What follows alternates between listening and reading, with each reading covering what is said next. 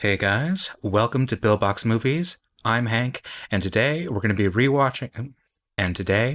watching the 2012 drama Like Someone in Love. Like Someone in Love is the last feature-length film of Abbas Kiarostami. He died before the completion of his subsequent film, 24 Frames. The film is about a Japanese sex worker in Tokyo making her last appointment for the evening with an elderly Japanese man. But before we get started, what films have you guys been watching on your downtime? The last movie I rewatched was David Cronenberg's Naked Lunch, and, I think I understood it a bit better than I did when I was 16 years old. Comment down below, what was the last movie you saw? And yeah, let's watch Like Someone in Love. 嘘ついたことないじゃん。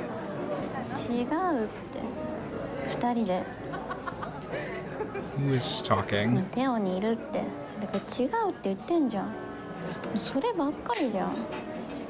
だから今日は無理だって。明日テストって言ってんじゃん。I'm so far not entirely in love with the digital photography going on here, but in a certain way it kind of captures a quality of Japanese nightlife, I suppose. 最悪。どこ握るのって聞かれたからカフェ手を握るって言っちゃった。だからトイレの床のタイル That の is 家族 one suspicious boyfriend. Is that their administrator instructing them to, spend time with their guests? So this is an appointment he's trying to set up that with I guess a very delicate or specific client. いろいろある。彼と付き合ってから苦労してばっかりだ。いやでもどうでもいいけど、どうでもよかないか。田舎からおばあちゃんが来てて。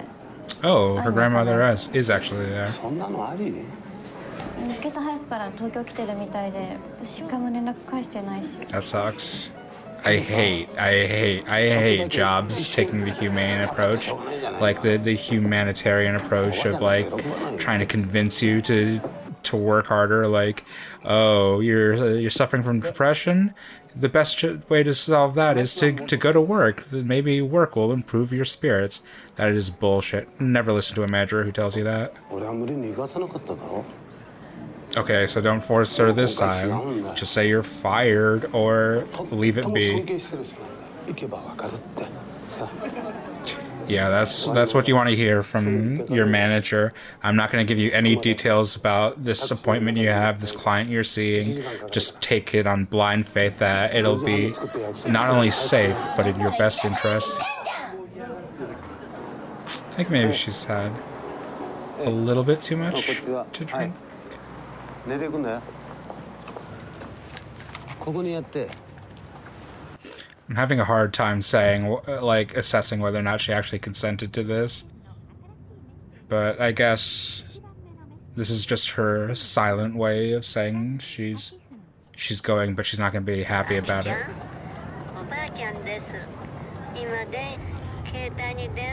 Oh no. Oh dear. This is so sad. Yo, she left her this entire day?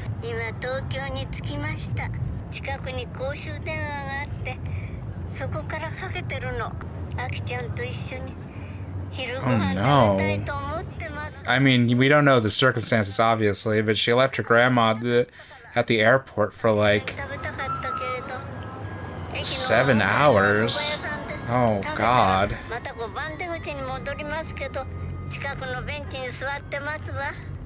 5番目のメッセージです。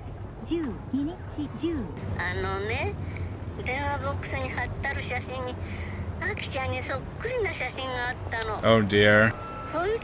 Is she saying that she saw her in a call girl advertisement? なんか怖い感じの男が電話に出てね、アキちゃんは頭が良くて、何でもきちんと考える子だから間違いを犯さないと信じてます。Extreme, complicated situation. 7番目のメッセージです。12日 It's weird the way, I don't know, the very simple ways. How she waited at that station the entire day. 12 hours. But it's amazing the way that that Kiarostami manages to gently overlap so much conflict into very, very simple circumstances. すいません。はい。駅のロータリーって遠いですか？あ、じゃあお願いします。 The layers of conflict that are being drawn out of this with Akiko and her boyfriend, with her employer, with her grandmother, with her prospective client. There's just so much already going on, and none of it is like overwrought. Well, some of it's a little, but none of it is like extreme in like like a extreme stakes, like a superhero movie thing. But the number of like compounding issues, I don't know, it ramps up with the tension in the way that like feels very true to life. Feels like the kind of 1,000 little cuts of human life that kind of leads to a nervous breakdown without you realizing why you're having it. Is she there? Is that her, the old person at the statue?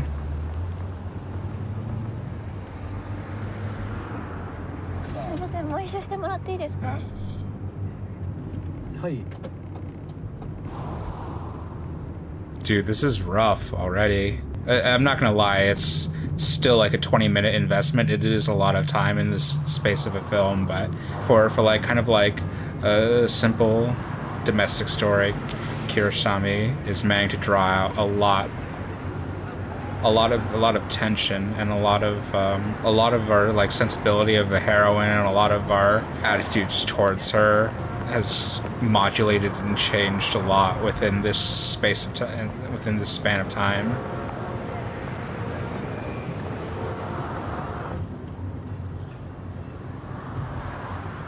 And then the clock tolled. It's after midnight, Cinderella.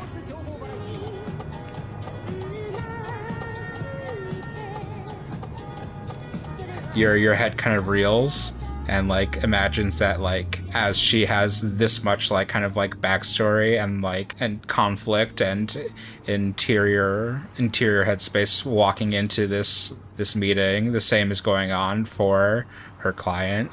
Hopefully it's nobody dangerous. どうしたんだよ。え？何？ A lot of books. あ、いや。 Seems to be an academic. 今ね、手が離せないんだよ。 I love the familial conflicts that are going on in anticipation of this date. Not that they're related, but they just happen. They're like encroaching on this appointment. In both of their lives, they kind of have like reflecting issues. Like he also has an issue with his workplace trying to impose itself too much on his private life.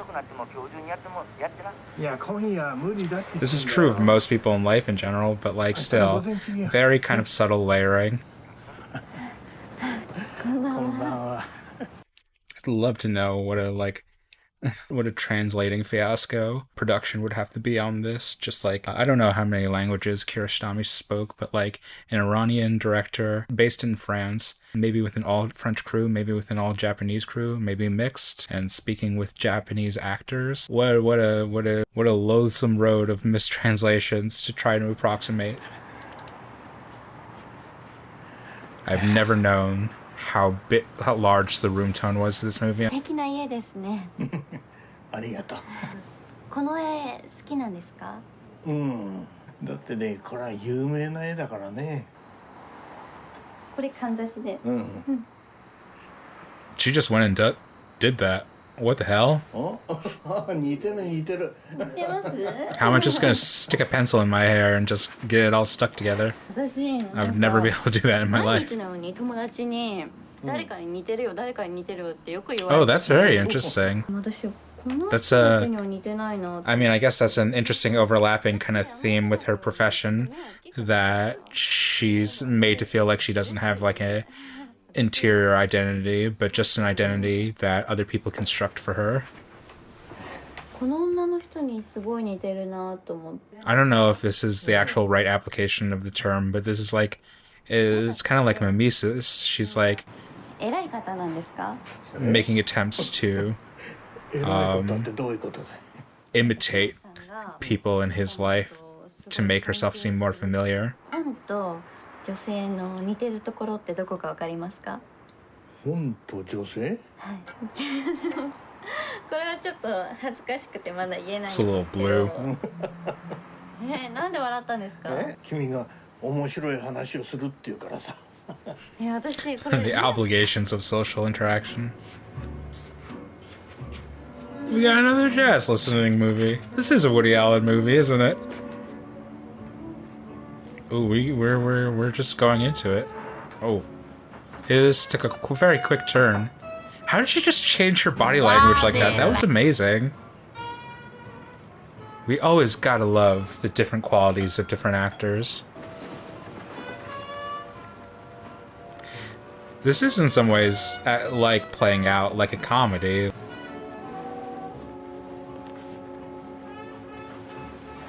But like a comedy of social misunderstandings. でももう眠いもん。ねえ、ひろしさんとどういう関係なの？ひろしさんとはね、元は教え子だけどね。It's an interesting relationship. 私の生まれた町は袋一 You really shouldn't be disclosing your private information like that. もうじきお正月だから。こっちに来て温めて。いやいや、あっちのあったかいよ。 While she's like, she doesn't have to follow all of Vin's instructions, she should be respectful of his needs during this. This is a very kind of delicate negotiation 電話だ。ちょっと待って。 of terms, I guess. They lay the sound of the traffic in the mix so heavily. Like, I didn't really realize it until I stopped and started, but the room tone for this movie is really loud. And a lot of it is, the contributing factor is the sound of the traffic, which, believe me, I relate to.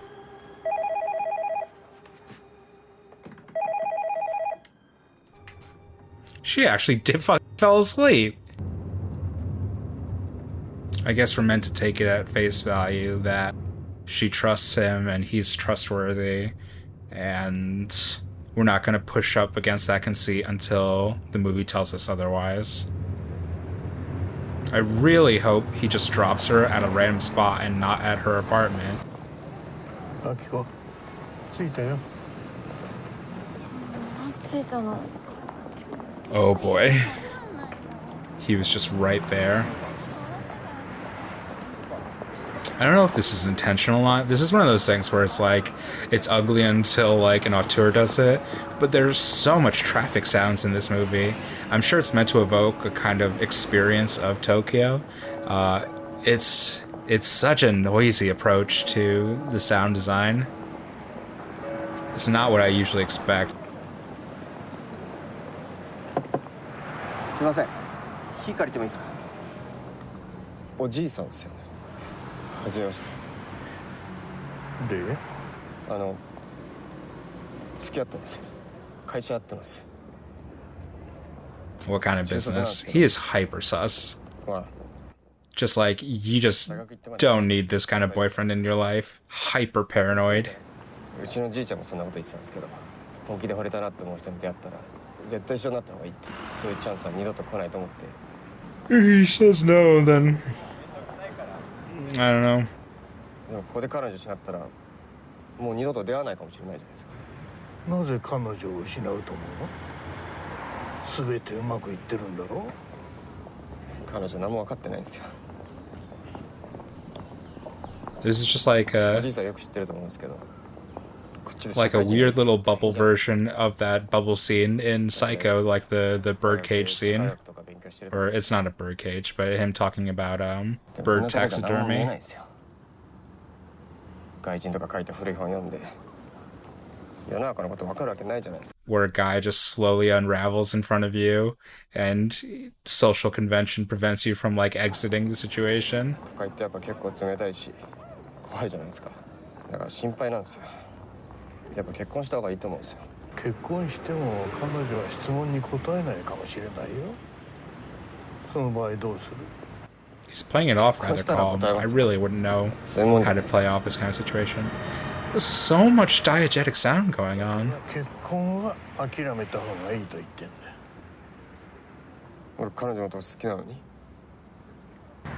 I like can definitely get why people wouldn't like this as much as Certified Copy. Certified Copy like had the benefit of virtuosity as a selling point as a film. It was selling the virtuosity of Juliette Binoche's performance, and it was a virtuoso performance. It was really good, but that's also a means of kind of like packaging it and digesting it as an audience. You're watching it because she's a great actress and you want to see her perform greatly, and you want to see her be chameleonic and emotional and nuanced. And this movie is not trying to sell virtuosity in the same light. It kind of like takes a lot of steps to make its protagonist quiet or resistant or petulant or off-screen, like in the first scene when she was talking on the phone and she wasn't the focus of the camera, to this where the two characters having the longest, most enduring and most kind of introspective and intellectually challenging conversation.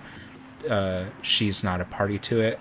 So like, while I think there's an opportunity for Akiko to be as a kind of like challenging and interesting a character as Juliette Binoche is in Certified Copy, as a baseline or as a kind of first reaction, an audience probably won't give her performance or her character the same consideration, just because there are these outward benchmarks that would designate her as not being as interesting or developed a character. Namely, that the film doesn't take as much time to pay attention to her, and so we feel like she doesn't. The performance and the character don't deserve as much attention. How long was this class? おばあさんが来てるって言ったの？じゃあ僕はおばあさん？ That was a smooth lie though for him. ああ、これベルト鳴ってますね。そうか？何聞かれたの？もし急いでないんだったらうちの工場来てください。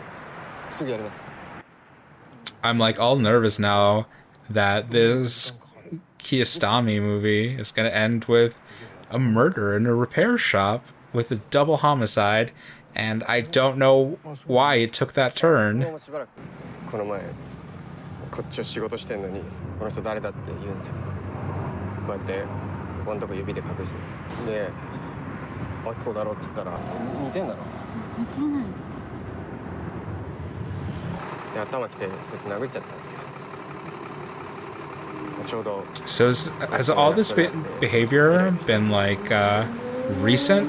Because it feels like this is like chronic behavior on his part. If he's just suddenly been turned into this paranoid, jealous boyfriend over discovering she was a call girl recently, that's like an amazingly abrupt heel turn on his part. Yo, they're gonna die. どこが気に入ってたの？本当にわかんない。ああ、どうも。どうも。先生は覚えてらっしゃらないかもしれませんが、私警察学校の時に I like this framing a lot. This is a weirdly tense conversation. It's very kind of Hitchcockian. You're left to contemplate like a bomb that's about to go off, and you don't know when. 昔ちょっとね。あと2分ぐらいで終わります。あ、そう。 I might be wrong to be like anticipating violence, but this feels like a scene that has built up tension kind of very deliberately. Like him beckoning this car to come further and further. You're just like, you're nervous about when like a catastrophe will occur. 俺もう大丈夫ですよ。あ、そう。じゃあ本屋のと飯食おうよ。話を。後ろ見ますんで。 This is such a tense exchange. This like entire like in the car POV sequence was like it was like the Children of Men like forest scene. Maybe not as technically bombastic, but incredibly tense. じゃあね、あんまりイライラしないでね、心配しないで大丈夫だから。 This has been a weird movie about traffic sounds. Just like constantly hearing traffic going by in every single scene.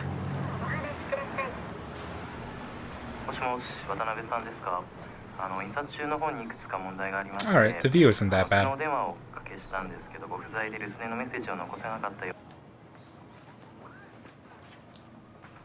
Is this like taking a turn, like a weird kind of like deuteragonist transfer? Like changing over from Akiko to Watanabe?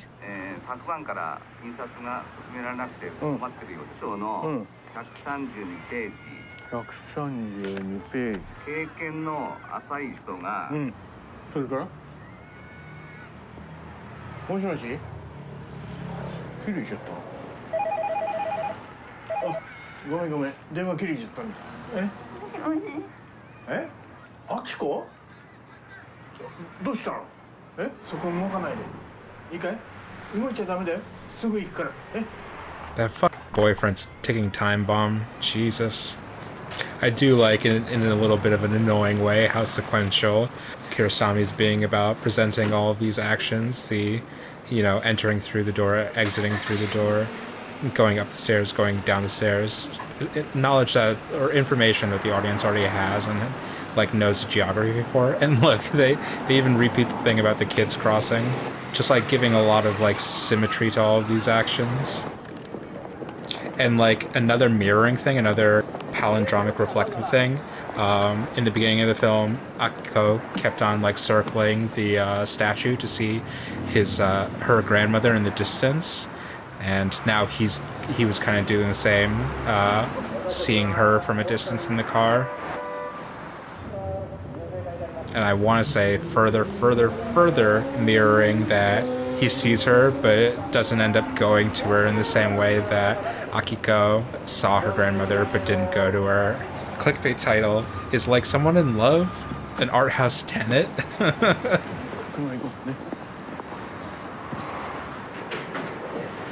Man, they seem to be crossing so many, like, lines of professionalism with each other. Just form this immediate intimate connection. Not like intimate, mind you, but familiarity. Cool shot. You like that. That's really nice.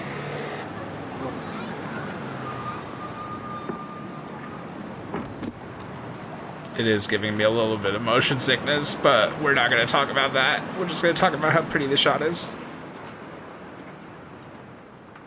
We're seeing this from, like, the neighbor's perspective. There's the little window, the curtains there.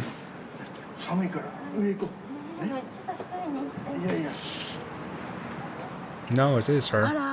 ねえお嬢さん、どうしたの？私ねおじいさんにちょっとお願いがあるからと思って話しかけたんだけど。 She has kind of a creepy framing, just like framing her head in that window. 見られたわよ。最近はねお年寄りをまあお尋ねしないというかね、そういう点ほら結婚もしてないし。 I wonder why. だからねもう今この窓からもういつも外を眺める。あ、ちょっと待って。弟がちょっと待ってね。 Very, very strange. Very strange narrative developments happening in this film. I like that kind of, like, reframing that happened with both of them shooting at a different angle. At times, this film takes very odd directions and redirections.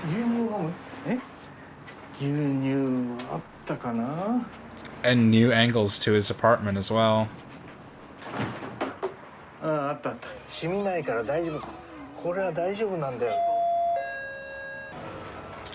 boy. How? Why are they doing this to him?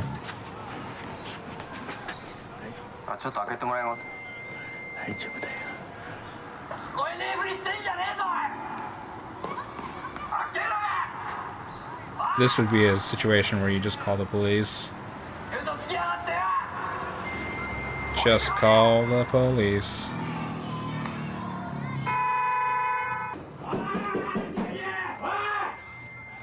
How does he know what building, like what apartment he lives in?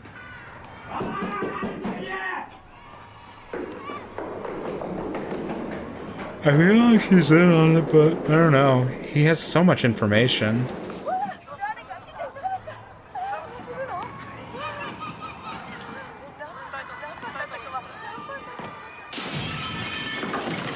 Jesus.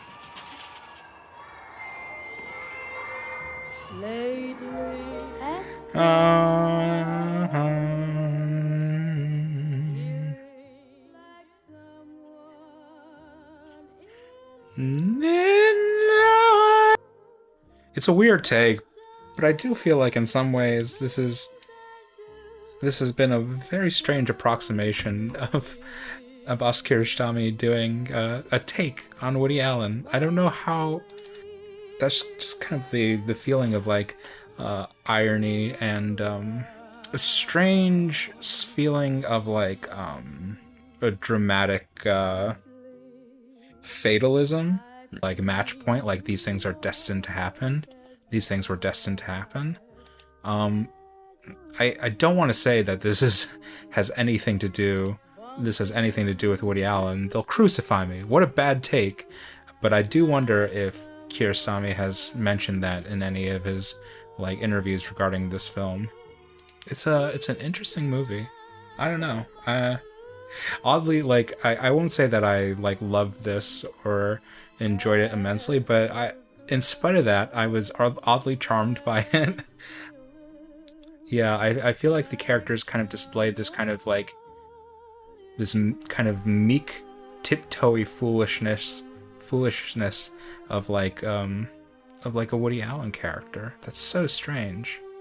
This might just be like my like, you know, limited frame of reference speaking, but I do feel like in some ways this was a very, very, very dry comedy masquerading itself as kind of relational or domestic drama. But yeah, that was Like Someone in Love. If you enjoyed, click the like button, and if you want to see more stuff like this, subscribe. We try and do old, obscure, and art house movies here at Pillbox Movies. I upload once a week with all the films that you either know and love that nobody else talks about, or the ones that you say you say you want to see but are just for one reason or another too gun shy to pull the trigger on. I know, because I feel the exact same way, and I use this movie as an excuse to watch all of them. So yeah, until next time, keep watching good movies. Take care of yourselves, guys.